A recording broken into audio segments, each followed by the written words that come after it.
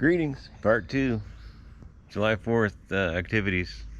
Yeah, it's coming along pretty good. There's all the old stuff. That's pretty bad.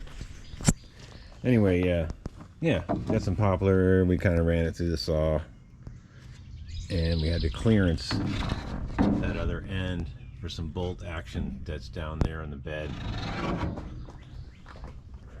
No one's going to see that except you guys right now. Anyway, it's going to clear that little bolt. And yeah, this bed's in pretty bad shape. And the kit's available. And what most people do is they use a skinnier board to start with over here. But I don't have that luxury. It's really chewed up here. And I'm going to use a fat board to start with. And then work my way from this side over, that side over. I'm going to work my way to the middle. And then I'm either going to mill a really fat board or some skinny ones to make the difference. I'm not sure, but I'm starting fat on each end. I don't have the luxury. This truck is in really bad shape. And I did what I could when the bed was off a few years ago, but like I say, I should have used some better wood. Anyway, this stuff's thinner and stronger, and let's pop this one in here and get a look, see what's going on here.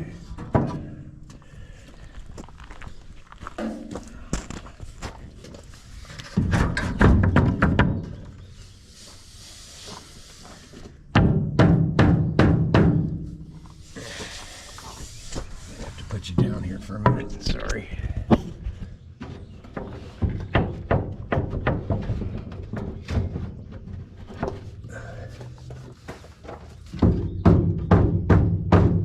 It's coming.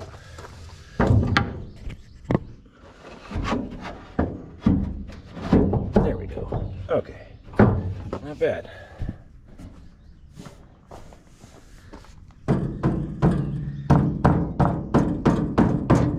Yeah, a little clearance cut did pretty good down there. No one's going to see that. Except you guys.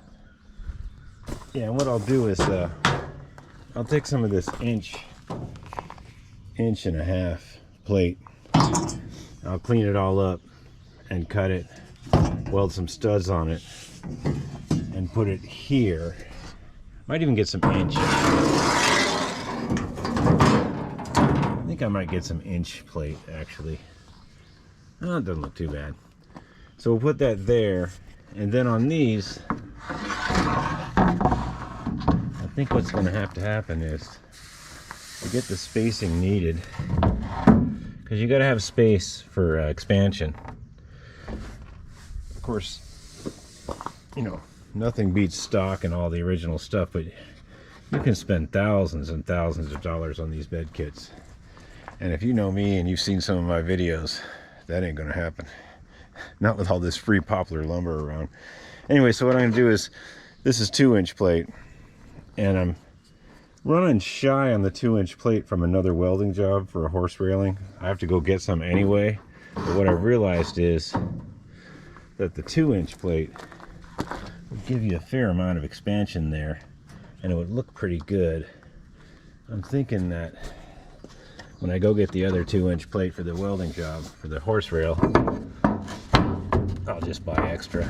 And what I'll do is this, if I do it this way, I won't have to use any carriage bolts, maybe a few on these ends here. I'm trying to get around drilling through and using carriage bolts, because that's what happens. You know, it gets filled with crap and it rots. But what I'm going to do is I'll cut these to 6'5", and we'll just take a stud.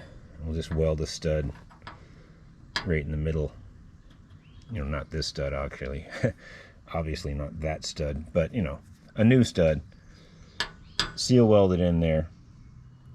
Every foot down the middle, every 2 feet, and then when it's all bolted on, we can flip that over and find somewhere to bolt that. Probably gonna have to, because this is all not stock, I'll probably have to put a stud here, stud here, stud here, maybe a really long stud through there or something. Maybe 4 studs per rail. Anyway, and also another problem is we got to clear this because these are all homemade from some other farmer having them years ago, and I'm not taking them out, so I got to kind of, there's a little bit of a clearance hump there. And yeah, that's about it. It should turn out pretty good, much better than what's there. So while you're fixing your bed, it's a good time to check all the repairs you've done years ago. See how they're holding up.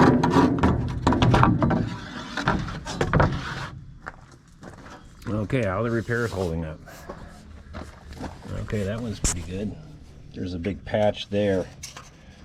I had to patch the frame, grind off the rivets, take this piece off, and patch the frame, and then put big giant bolts through for the spring perch. The other side I replaced with a better one, but this one should be replaced fairly soon. It's pretty bad. This bar, I put that extra bar in when I was repairing things. That's homemade. This bar I put in, that bar I put in. This gusset here is not stock. You could still mount the spare tire here, but I'd like it over there anyway. And this big triangulated plate under here, both sides, that's not stock. I put that in. And there's a patch. There's a patch right here behind this spring perch was also rotted out. So, you know, all those repairs I did are holding up fairly well. You know, the truck was undrivable when I got it. There was huge holes in the frame. That was almost 5 years ago. Yeah, it's holding up pretty good. The bed did not hold up very well. Anyway, yeah, there's what's left of the old bed. And I dare say this is going to look a lot better. So, unfortunately, it looks like I'll have to do the whole bed before I can use this truck. There's no way to, unless I'm going to drill carriage bolts through and mess up my whole deal. So it looks like this will have to be done before I can use this again. But it's easy enough. It's just milling and a little bit of welding and some 2-inch plate. So next time you tune in, it'll be like the elves will just come and magically finish it up for me. Hey, happy 4th of July.